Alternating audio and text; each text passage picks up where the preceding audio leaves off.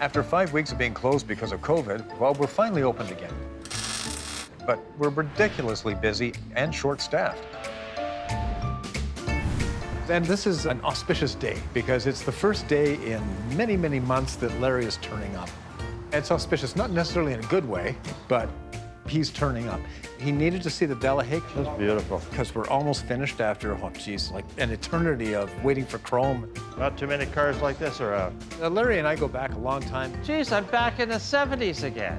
What happened? Heading for the 60s. David's hair scares me.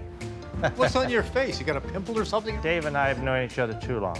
Don't get close to me. See, this works for me. Because you're always so Hippie weirdo. frickin' touchy-feely. Yeah. We met not long after I opened, and we struck up a friendship which has endured, unfortunately. You know what? When you put an Irishman and an Englishman together, you know we're going to have trouble no There's matter no what proof happens. you're Irish. Yes, but you remember when we started taking a look at all my grandfathers and all that, we figured out that perhaps you were serfs working for my side of the family. Sure.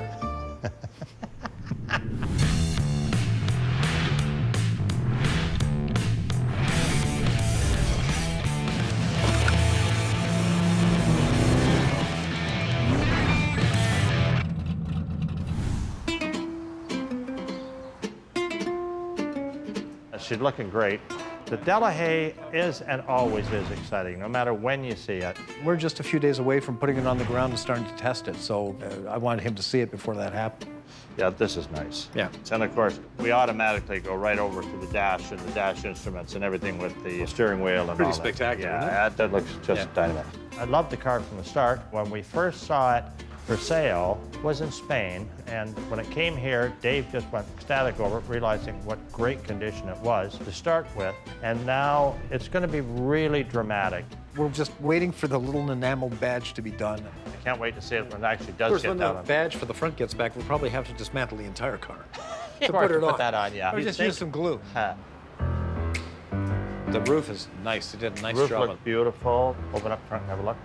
God, I always think it's locked, and then I realized it. Is it heavy Oh, or?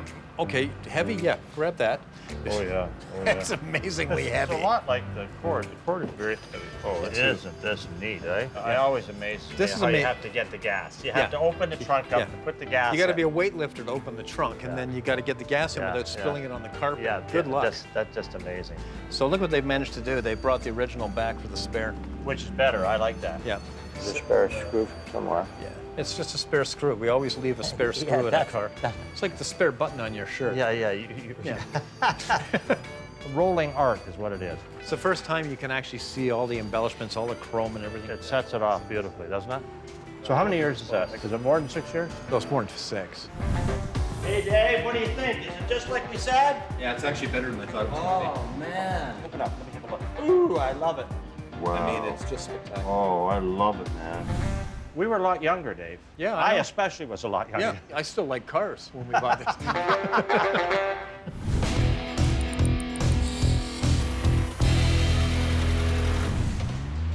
One of the reasons I started this business was I just adored the vehicles that I got to work on. But the vehicles I worked on 20, 30 years ago were not the ones I work on now. They were 19 teens and 20s and 30s, and I just loved those vehicles. I mean, this 1930 pickup truck is worth nothing when we get it done. But the remaking of something that's that time-worn, that's sort of rare, because, I mean, yeah, they're around, but when was the last time you saw a 30 Dodge pickup? Oh, nothing's bolted onto it. The hood's just sitting in there. So it's been sitting around for a long time. First, I have to see if this engine's gonna run. Don't have to worry about the paint too much on this one. So the owner of this 1930 Dodge, they want to keep it as stock as possible, do the body and paint and get it back on the road. We're going to try to bring it back to as close to his 1930 as we can.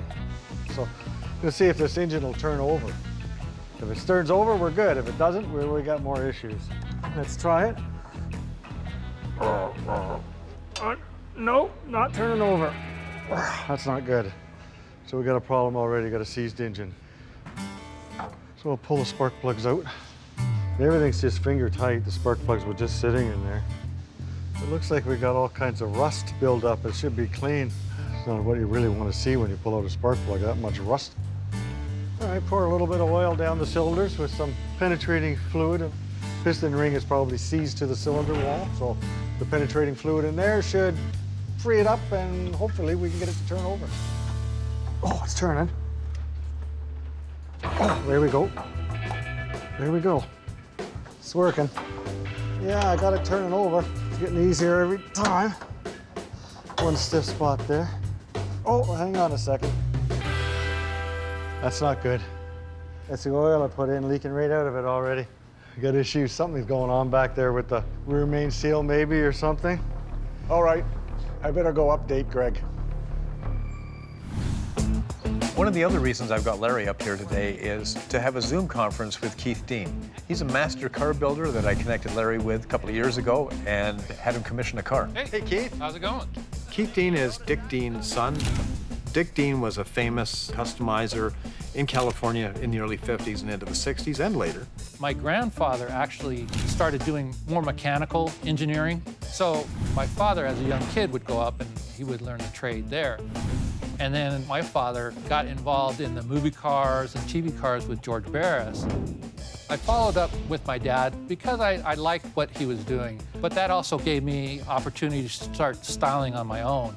And the styling designs and stuff that I learned from my father, I tried to turn into cars that I built. Keith is making a car for me. It's a California custom done old school. We started off with a 1940 Mercury coupe of where he's chopped the top and radical changes. He's really doing a great job. And he builds nothing but customs, and I do the odd custom, which I enjoy because I sort of let my hair down when I'm doing custom work.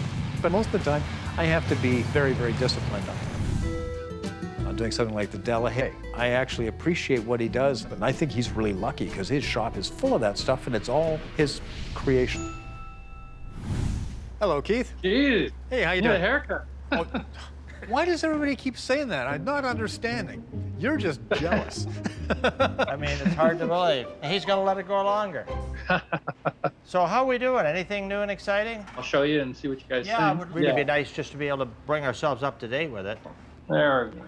Oh, nice. there you go. That's looking good. Oh, that is special, huh? Yeah. I've got it cardboard up to take a look at it and see what we're gonna do. He doesn't want you to see the chicken wire. And you got the wood lights. These are the reproduction ones. Because the wood light is such a small blade, Yes. you'll never be able to see the road. Exactly. So I Dave open just it said up and I'm gonna make my own face for it. In 1928, William G. Wood invented the wood light. They have an amazing razor-style lens. And his idea was that they would focus light better than the standard lights of the day. He was wrong. It didn't work. But the look was great. So they became popular, couldn't see anything, but they made a car look wonderful. The new bulbs are so small and focusable. What if you just had it round at the top and then brought it down into the blade and put the signal lights in the blade underneath it? I was thinking about that down here because we need to put turn signals on it somewhere, so putting it down at below would be a pretty nice look. You know, I'm literally the scrub on this project. I mean, Larry is the owner and Keith is the builder, and Keith, you know, bounces ideas off me. Did you decide on a color yet between the two of you? I'm leaning towards a candy plum. Yeah, candy plum, candy maroon. Plum would be nice. Yeah. He's a brilliant builder. He really imbues that California tradition that sort of started in the late 40s and into the 50s, and he's just carried it through. So I can't think of anybody better suited to build a car like this. Nothing's bolted on, it's just sitting in there.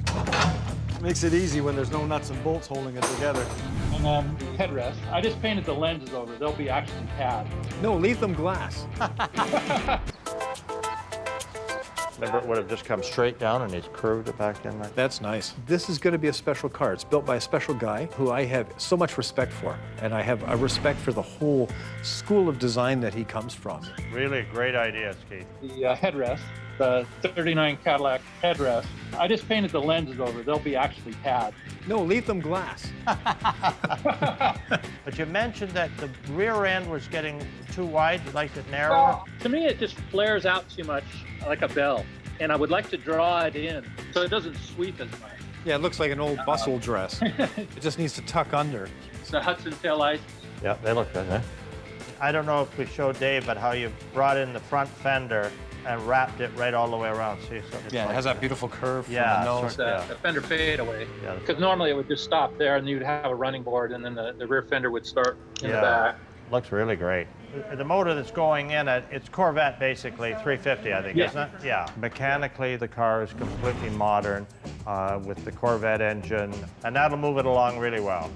You'll be happy with it, Yeah, with that kind of power. I know we'll be happy with it. We put the white walls on it now, and it's got There we the go. And then we're running a beauty cap here. That's the cap. just the You can see V8. it. See, This gives it a classic late 30s feel, which I like. There's no names on the car at all. I don't want any name on it at all.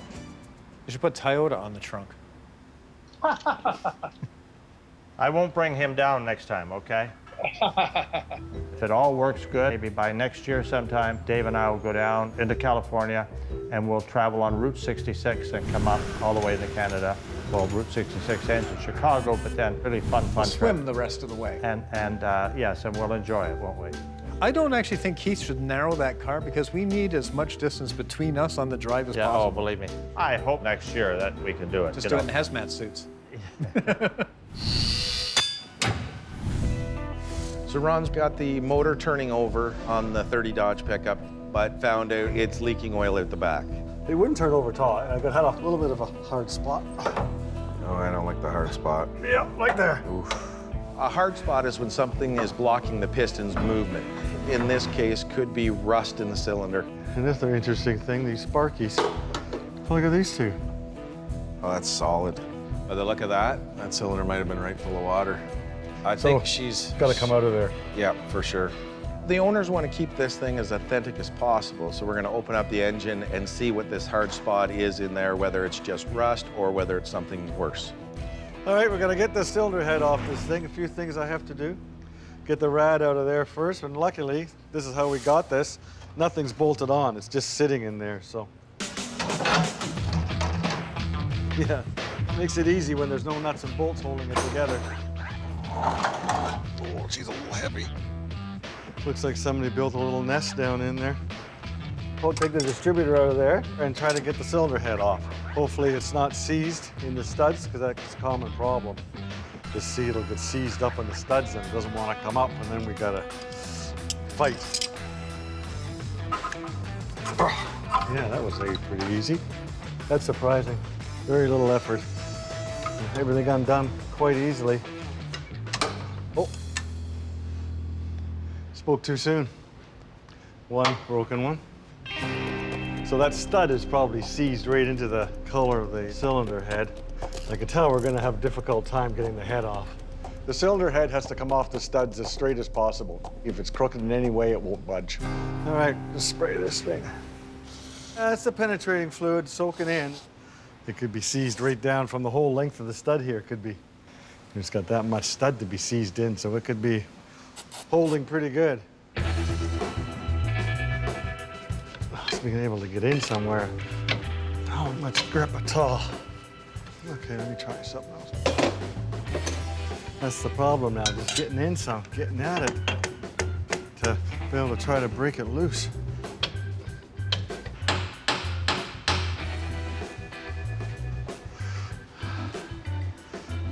What am I gonna do? I gotta find a bolt, maybe. The same size as the spark plug. Maybe I gotta make something up that I can screw in here. A little piece of chain, get the engine hoist on it and pull straight up. That's what I'm gonna do. Okay, let's see if we can figure out what size this is. You got a pitch gauge there, a thread finder? I'll figure out what size it is, not quite that one. So I figure out it's an 18 pitch. What size you looking for? You know what? I'm not 100% sure what size I'm looking for. That's what I'm trying to figure out. It's halfway, like between a coarse is too coarse and a fine is too fine. Let me look in the junk bin over here. We got lots of scrap. Well, it looks like we're striking out up here. It's got an oddball size in the spark plug. Well, the only other choice is we're gonna still continue what I was doing, just keep beating on it like I'm doing. You don't think I can find reverse? Where the hell is reverse? Oh yeah, this is much Just like better. the pit curl. I haven't done anything really stupid since the rat rod, and it's gone. I miss it. The guy phoned me and he asked me if it for sale, and I said no, and then I sold it to him. So I had this itch, and I just scratched that itch. You know, the guy's wanted a belly tanker for the last 10 years. On its own. So, of course, he waits till we have absolutely no space in this shop and we're busier than hell, and then he buys one. Classic Dave. These belly tank speedsters were basically made by hot rodders. At the end of the Second World War, there was all kinds of military surplus, and external fuel tanks for fighter aircraft were just everywhere. They were a disposable item. They fell over Europe like rain in 1944 and 45. In 1946, 47, 48, in North America, young guys saw these things and said, geez, it's all aerodynamic. Well, I can put a motor and wheels on that. And they literally just took these drop tanks off of aircraft and started making Bonneville salt flat cars for speed records. Now, I like that. It's really long. It's longer than I thought it was going to be. This is a big drop tank, long range. I would say it needs a windshield. And then a big fin? Yeah, I mean, you know, I bought it like this. I can't leave it alone, can I? No. Have you tried moving it under its own power? Not really. Let me see. I know the shifter's a little fussy, so. We can roll them back Yeah. and have them face the other Yeah. way. You don't think I can find reverse? Where the hell is reverse? Oh, yeah, this is much like better. the pit crew on I the can salt get a flats. real run at it before I hit the trailers. Brakes? Yeah. Okay, that's good enough. All right. So ignition power? Here. Once it's going. Oh, wow. This has a Ford Model A engine in it, along with a complete Ford Model A driveline. And that's sort of charming, because when you fire it up, nothing sounds like a Model A. It definitely sounds like a Model A. Okay, 3, 2, oh, geez. It's a reverse H. So that should sort of be first. Yeah. I think it went in. Okay, so it's not first. There we go. You can grind them, I just can't get it in them. Maybe second. That's second. That's it. There you go.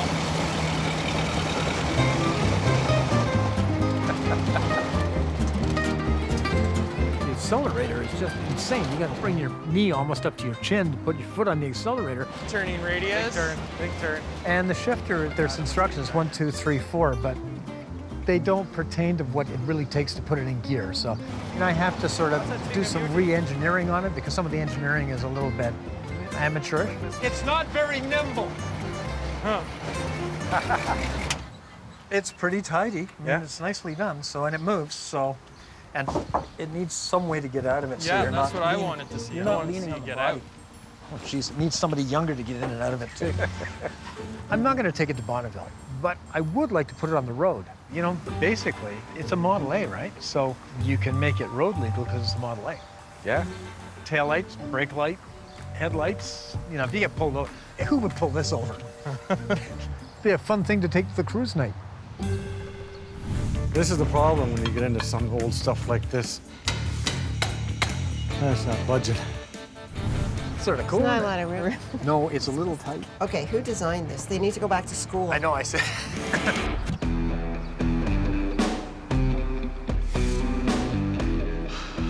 More fluid. It's not often I work on 1930 Dodge trucks. Now, this is the problem when you get into some old stuff like this. That's not budget. Well, maybe I could... You know what? Maybe I'll pull off the top of this thermostat here. I'll get this out of the way. It's the same principle. I'll just put the engine hoist off of that. I'm going around. I can't cut through here. Woo! So I'm going to try to put a chain through the thermostat housing here and hook it to the engine hoist and lift the cylinder head up as straight as possible with the engine hoist. She's on there. Enough penetrating oil on there. There's a lot of pressure on there. Oh, I think it's moving. I think I see it wiggling. She's getting them freed up one at a time. Slowly but surely, working that back corner now. Oh, come on. Look at that. There we go. What a Here, Johnny, give me a hand for a sec. And there we go. Woo! That was a workout. Oh, so you got it off. Yeah, you know what? I got it off. It was a fight, I'm telling you. Really? It was a battle. Oh, yeah, man. Wow. But cylinder walls don't look bad at all. I was expecting to see a big rust ridge. Actually, they're not bad. But once we get it cleaned up and get in there, you never know what we're gonna find. So at that point, the customer can decide whether they wanna do it all original or give them that option that, you know, what a great truck this would be to be a bit of a hot rod. At least you're having fun.